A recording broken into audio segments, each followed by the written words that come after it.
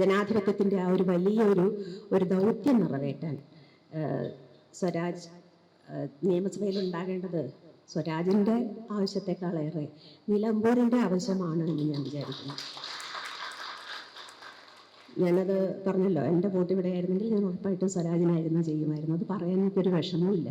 കാരണം ആ ഒരു പ്രതീക്ഷ, പിന്നെ നാളെ അയ്യോ ഞാൻ പറഞ്ഞു പോയല്ലോ എന്ന് പശ്ചാത്തലിക്കാൻ ഒരു അവസരം സ്വരാജ് ഉണ്ടാക്കുകയില്ല എന്നൊരു ഉറപ്പ് എനിക്കുണ്ട്. അതുകൊണ്ട് ഇത് വളരെ പ്രധാനപ്പെട്ടൊരു കാര്യമാണ്. ഇദ്ദേഹത്തെ പോലുള്ളവർ നിയമസഭയിൽ ഉണ്ടാകേണ്ടത് വ്യക്തിപരമായ എൻ്റെ പൊളിറ്റിക്സിൻ്റെ, അതായത് ഞാൻ എൻ്റെ പൊളിറ്റിക്സ് എന്താണെന്ന് വെച്ചാൽ സ്ത്രീപക്ഷ പൊളിറ്റിക്സാണ്. സ്ത്രീക്കൊരു തുല്യ പൗരത്വം എന്നതാണ് ആത്യന്തികമായ രാഷ്ട്രീയം എന്ന് വിശ്വസിക്കുന്ന ഒരാളാണ് ഞാൻ.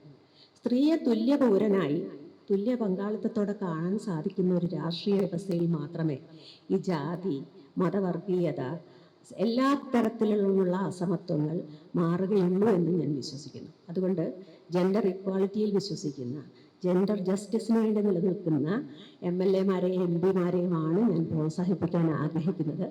അത് സ്വന്തം ബോധ്യത്തിനനുസരിച്ച്, കേവലം വോട്ടിന് വേണ്ടിയല്ല,